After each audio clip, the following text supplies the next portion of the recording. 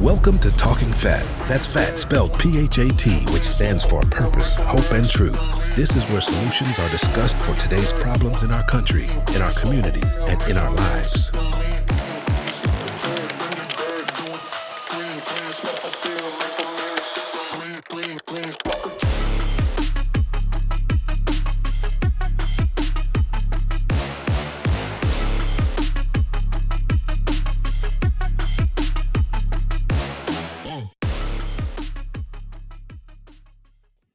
Gotcha.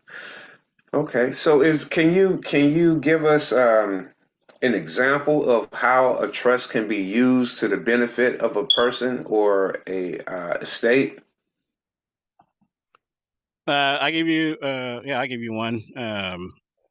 Years ago, one of my uncles, he lives out in California. Or he did live out in California before he passed. He moved everything into trust, and the house he has out there, he lived in near the L.A. County area. He had a couple of vehicles and everything, so he moved everything into trust, and he named one of his sisters, one of my aunties, the trustee of the trust. And so when he passed, the only thing we had to do was just mourn his death. Mm, We didn't have to sit there and fight the courts or get an attorney or a lawyer to go to probate for us mhm, and fight that battle for who knows how long. Um, mhm. only thing it was just we had to mourn his death, and change of management happened. My auntie became the trustee over the those assets, the house and the vehicle out there. Mhm. Everything stayed in the trust name. Didn't have change over utilities. Didn't have change over bank accounts. Everything was all in the name of the trust. They just changed the management, and Gotcha. still to this day, we still have control over it. Ah, okay. And if the settler dies with a irrevocable trust, it can continue, but with a revocable trust, it dies, or is it the other way around? No, there may be, and I apologize if I confused you here. Um, a trust has an end date, whether or not it's revocable or irrevocable. It has an end date. Okay. Um, so what happens is if you have a revocable trust, like a lot of people have living trusts. That living trust, after that settler dies, at that point in time when that settler dies, it becomes an irrevocable trust. All Mhm. right, the trust that we're talking about here are irrevocable, and doesn't matter if the settler dies or not; it's still irrevocable. Mhm. Okay, the point is here is that since that the trust doesn't die when the person dies, it's still alive, and there's no need to go into probate because a trustee or the settler died. Gotcha. Okay, Understood now. Thank you because for that. it's his own person, Mhm. it's its own individual, and in the Mhm. eyes of the Internal Revenue Service and of the government, it's its own individual. So there's nothing left to do. It's like when Ray Kroc died for McDonald's, they had to go through probate to see who's going to get McDonald's. Gotcha. They didn't have to do that, because Ray Kroc was his own person. McDonald's is his own individual. Mhm. So it doesn't matter if the founder died or any other managers inside McDonald's died. McDonald's still stayed McDonald's. It just changed management. Mhm. The same thing with the trust. It just changed when that one manager or trustee dies, it just changed management to the next trustee, and they just pick up from there. I see. So, a trust should be a part of any estate planning, then, shouldn't it? I would suggest that you do so because of the powers behind it. But I can't tell you how to manage your estate. But I would Yeah. highly suggest if you want those type of Mhm. benefits and not go through probate. I had several friends across this nation. One in Texas in particular. Their grandmother died. She left behind in a will. She had a will. She left behind the house and some land down in Texas. Don't you know? Even with the will, they were in probate. They were in probate for 10 years. Really? Ten See, years, 10 years. Wow. So if if I'm hearing you correctly, what we've been told, because like when Michael Jackson died, when Prince died, or maybe some of the other celebrities died, they didn't have a will. And the conversation was, hey, if they would have had a will in place, then their legacy or their assets or their estate, would have been safe. And it sounds like that's not the case all the time. That's not the case with wills.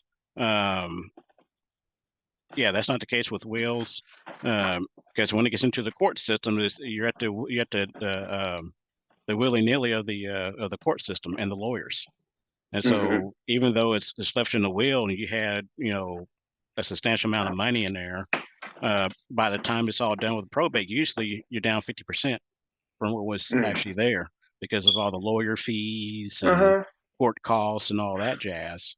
They eat away at the family's wealth Wow. with So probate. mhm. You might as well have gone ahead and paid the estate tax, huh? Yep, Yeah. yep, yeah, basically. But if estate tax really ain't going to affect a lot of folks, because the average American, average American families, because they have the when the tax actually start kicks in, that the asset value has to be pretty high, like around about 10 million or Really? 5 Oh, million. man, But that's a so moment for me. Thank you. yeah, so if you're below that, if you have a total aggregate a total of your assets that's below that part, then you're not really have to worry about estate taxes. But if you get above that, then yes, you do. You'll have to start worrying about that. Um, but yeah, probate is that's the that's the game. The game here is that they want to rob your family of its wealth and the generational wealth. Uh-huh. And the way they do it in a sneaky way, and that's called probate, and having the lawyers eat up at that cost. Gotcha. Eat up the Gotcha. wealth of the family. So if Hmm. you had it in trust, right? Again, the trust didn't die, right? It's only the grandmother, the grandfather, the aunt, the uncle, whoever, put whatever title you want right there. They're the one that died. But because everything was titled into the trust never died, so there's no probate to go through. It just changed management. Just like our example of McDonald's restaurant. The manager of that restaurant of that store died. Okay, it's no big deal. New management came in. That McDonald's didn't close up and went through probate and stuff being sold off. It just changed management and kept moving. Gotcha. The trust for everyone, is it a certain group of people that really should not pursue a trust? The mainstream media would tell you, yeah, it's only good for those if you have a net worth over $10 million. That's the only reason why you need to get a trust. In my personal humble opinion, anybody who has any type of asset, they want to pass it along to the family. I don't care if it's a house, uh, grandma's 1977 Deuce Cadillac. Um, it doesn't matter if you have some assets that you want to pass down, you want to the next generation. Um, then yes, you want to put that into a trust. Now, if you don't have anything like that, then yeah, then the trust doesn't suit you no purpose. It's like having uh, a big rig when only you need just a Ford Fiesta to get around. Mhm. We've established that it's gonna protect your estate, your legacy. Now, and it's easy to put a trust in place, apparently, what it sounds like. Is there a situation where you may want to use a international trust versus a domestic trust? There are situations like that, um, in which you can use a trust to own other stuff. Now you start talking about multiple jurisdictions, Hmm. but that's not my purview of what I do. Hmm. Mine's just more of uh, domestic trusts. Hmm. Sticking with that, there are different plans out there. That's when you start talking about folks that have net worths of $5 million, $10 million, and they're being internationally doing business internationally, and they Hmm. want to start using the different advantages. I'll put it like that: different advantages of the different jurisdictions, benefits. That's what I'm looking for: favorable benefits from the different Hmm. jurisdictions.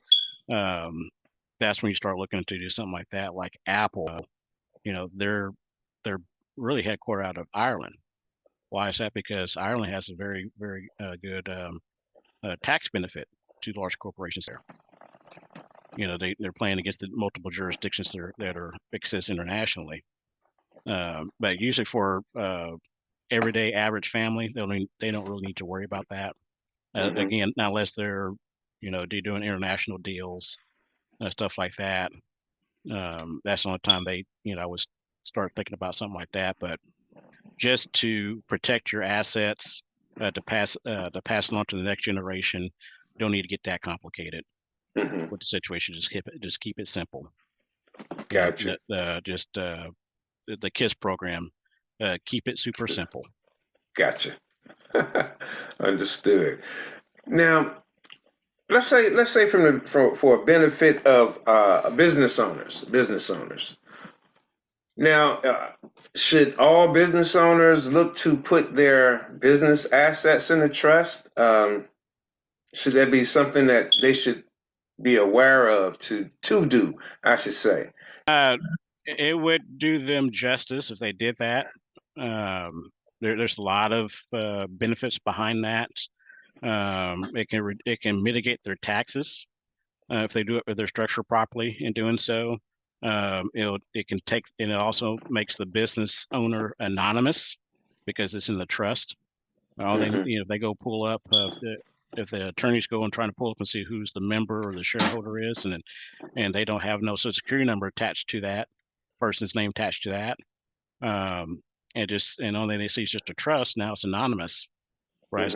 It's not readily available who's actually controlling that business, right? And it's also not revealing of oh, I see that Joe Bob owns this business. Joe Bob has shares in that business that he runs over here, and Joe Bob has this over here.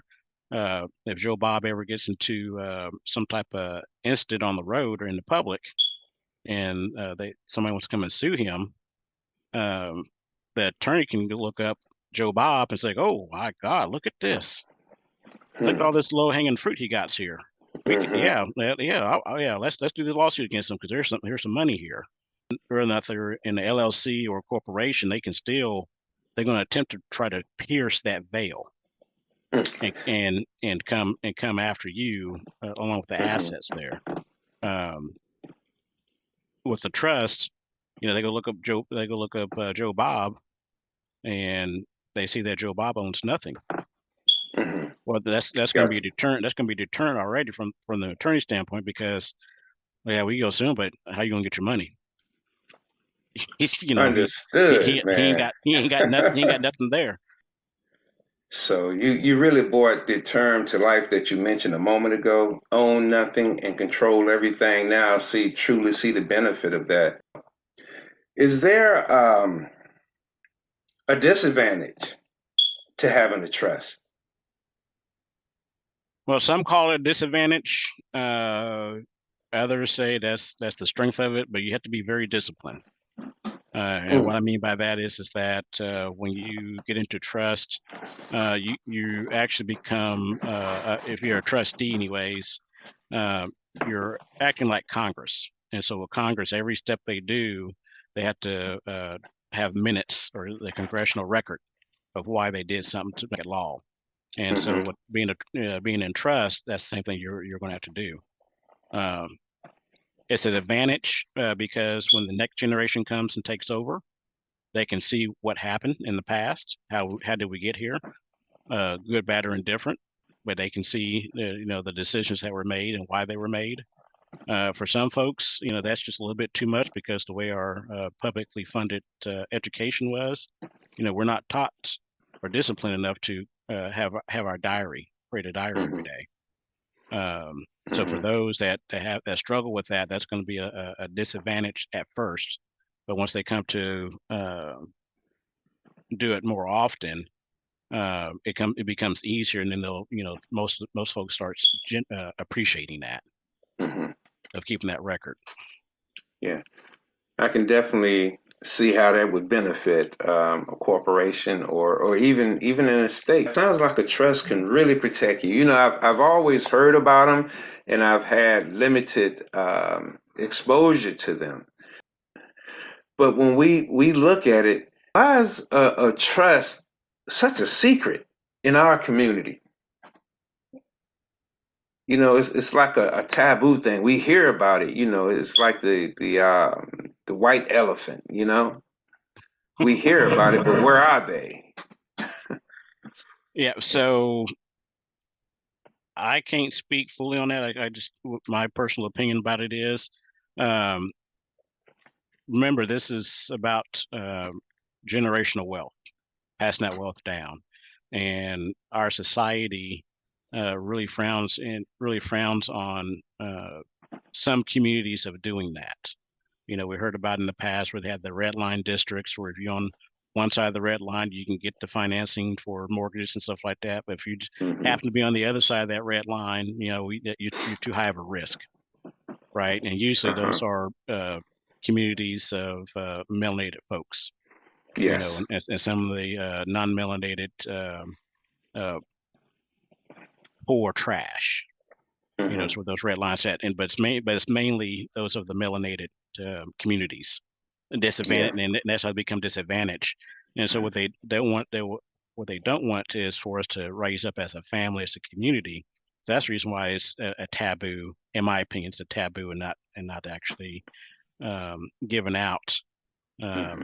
to us as, hey, here's another vehicle for you to use. Hell, um, they don't even want us to know about LLCs and S corps and C corps, right?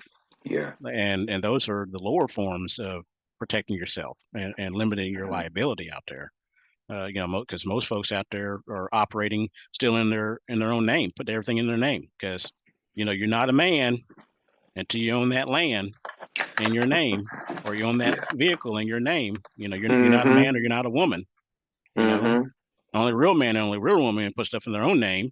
You know, what's this LLC? What do you got to hide? You Sure. know, Hmm.